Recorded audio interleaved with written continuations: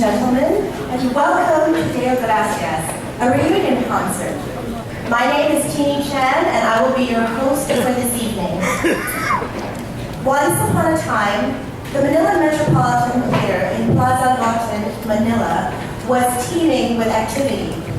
There were writers, actors, singers, dancers, choreographers, musicians, and directors. Everyone was usually rehearsing intently in their own rehearsal spaces in this or that corner of the building. There were stage crews and lighting crews busy building and painting sets and fixing lights on stage, production managers barking orders, and stage managers with headsets scurrying here and there. There were seamstresses and tailors sewing rack after rack of colorful costumes and props. Men making necessary props. There were long, tedious rehearsals when everyone's nerves were tested, and glamorous and exciting gala nights when everybody had a chance to gawk at the rich and famous, then enjoy sumptuous receptions and cast parties after the shows. And after all that, the same intense and crazy cycle began again in preparation for the next show. In short, it was a living, breathing theater, far from the dark, dank, and ghost-infested ruin of a building we know today. The Met Chorus was a part of this artistic community. The Metropolitan Theater Chorus, resident chorus of the Manila Metropolitan Theater, was formed after extensive auditions in June of 1979, and thereafter underwent extensive training in singing and in various aspects of theater arts, particularly in dance and drama. The primary objective in having a resident chorus was to assist in the Met's musical productions. Indeed, after 3 years, the chorus became instrumental in the success of the Met's productions. The group, composed of 24 regular members and 8 extended regulars, plus a corps of reserves, was launched in a gala performance featuring Lucio San Pedro's immortal choral work, Sa Dalampasigan, with no less than internationally renowned conductor Ms. Helen Kwa directing the chorus and the Manila Symphony Orchestra. The young and energetic members were personally handpicked by the resident choral director of the Manila Metropolitan Theater, Dr. Myrna Ascutia-Lopez. With a very few exceptions, there were no note readers or music students in the group.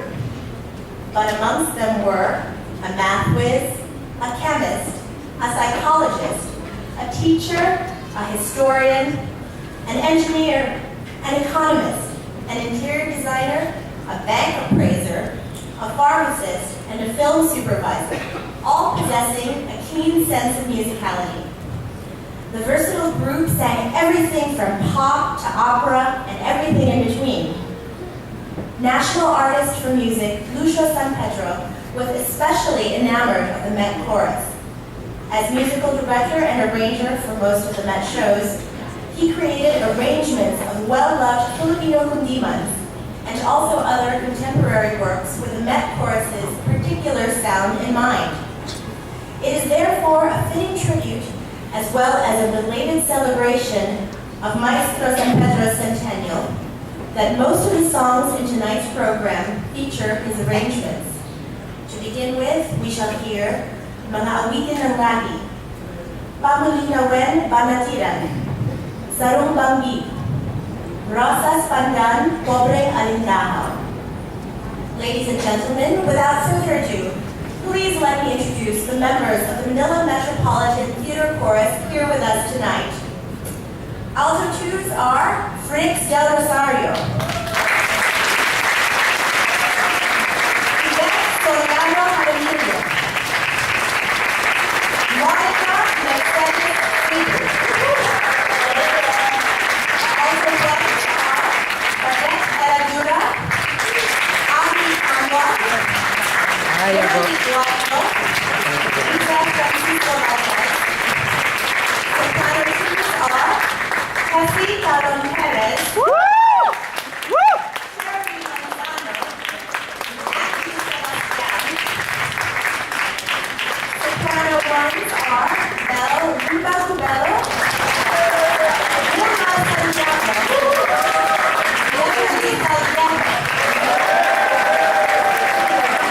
Ricky Kawa, Tony Ganyaga. Tenor twos are Jimmy Chua, Deo Gratias, EDSA Shrine's own Father Milo Malusay,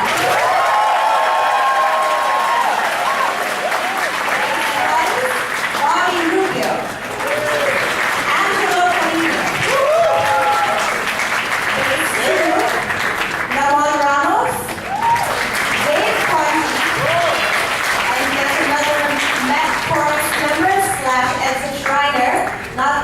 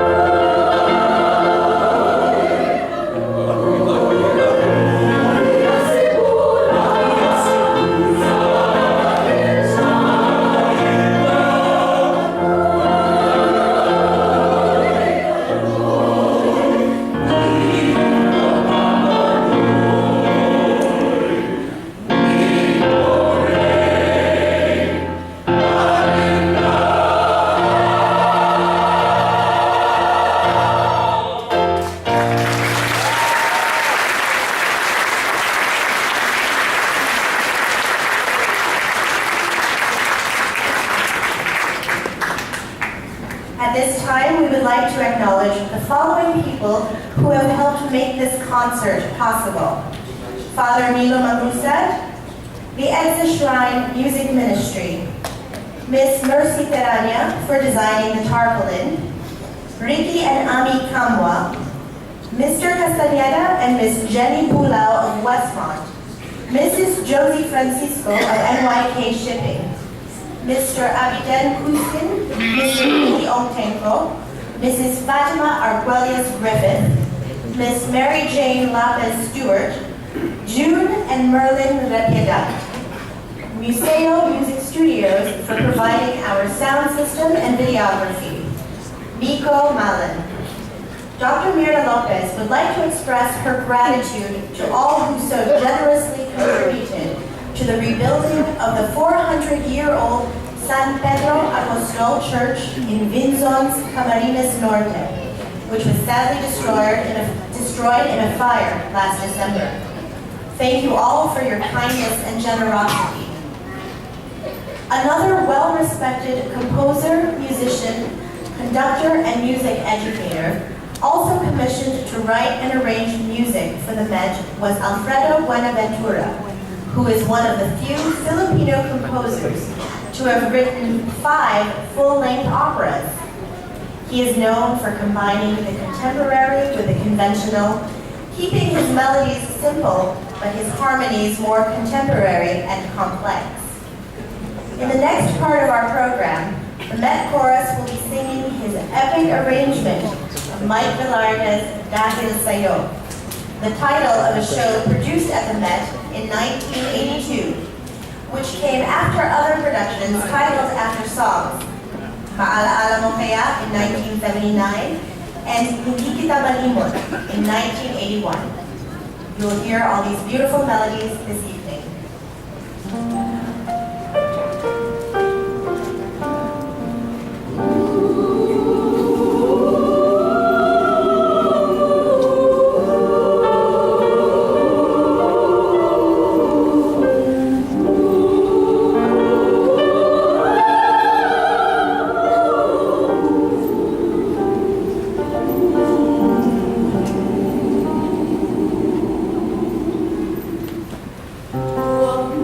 So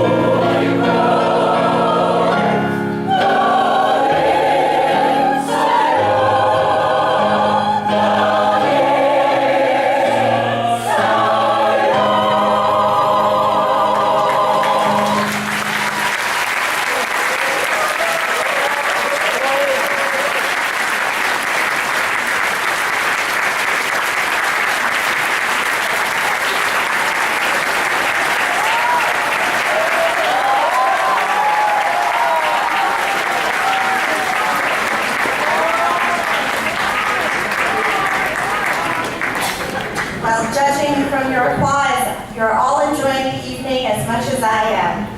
So we have come to a very special part of the program.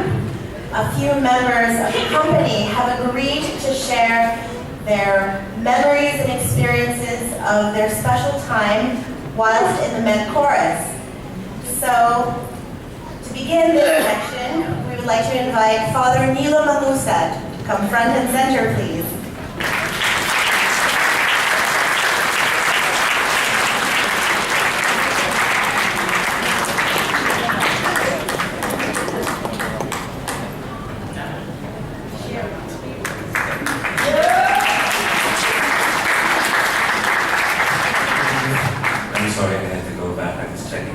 Making sure that you're going to enjoy this production. You see at the Met, I have two most memorable experiences. First was during audition. I was not going to audition, it was my best friend who was going to audition, and he needed moral support. So what I did was, I joined him, we auditioned. The next day, I was called back. Thanks to Doctora. Doctora was doing everything. I was so afraid. It was my first time. I was 17 years old. I was first year college, and I had no idea in singing because I was not a voice major. I was taking up composition. So I was there auditioning, and then when I was summoned the next day, I said, "Bakit ako? Hindi naman ako nag-audition ng best friend ko. Ano sasabihin ko sa kanya?" So what happened was, we had rehearsals, and the most wonderful experience rehearsing with Doctora. I had a chance to experience choral singing at the highest degree because we were, should I say, coerced, forced to really sing. Not only sing, but you know, at the Met, we were taught not only to sing, but we were taught to act, to dance, and perform on stage, which means you have no choice but to subject yourself to all these humiliations. But we enjoyed it, all of us were enjoying it. Not the humiliation part, but we were enjoying performing for the people.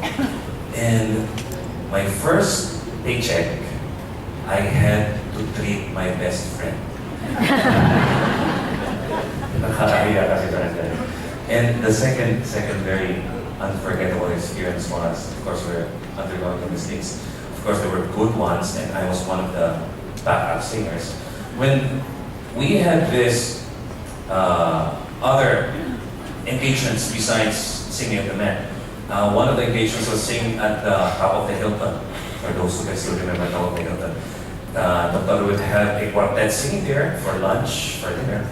And unfortunately, one of those lunches, these four soloists were required to attend the rehearsal with the director on stage. So she had to get replacements for the four soloists. And unfortunately, I was picked on using them. Of course, I know the repertoire is not a problem. The only problem was, during the act of singing, I said, pwede nyo ibaba yung key ng Kalesa. You know, Kalesa, the song by Natalie. Sabi ko, I am not secure with the high sol for the soloist since I'm going to do the solo. And then the rondales, it's like music. Di na kaya mo yan, tayo man, sige. So, I was singing there. And when it came to that part, when I was going to reach the sol, sama mo na aking kilig. And Yvette, she was with her mom there. Yvette did this in her mouth. I wanted to melt it in there, but I continued to sing. I just smiled and then went on with the program. At the end of the show, I stayed in the dressing room until everybody was out of the hall. But in spite of that, I learned two things. First, Doctora, I enjoyed singing very much. Thank you very much for the experience. And number two, I've proven myself not to be a good soloist. Ever since I never sang solo, I apologize for those expecting me to sing here during our masses. I do not want to because I do not want to repeat the performance of doing that again. I'll try my best to sing for you as much as I can. Doctora, thank you very much for the experience.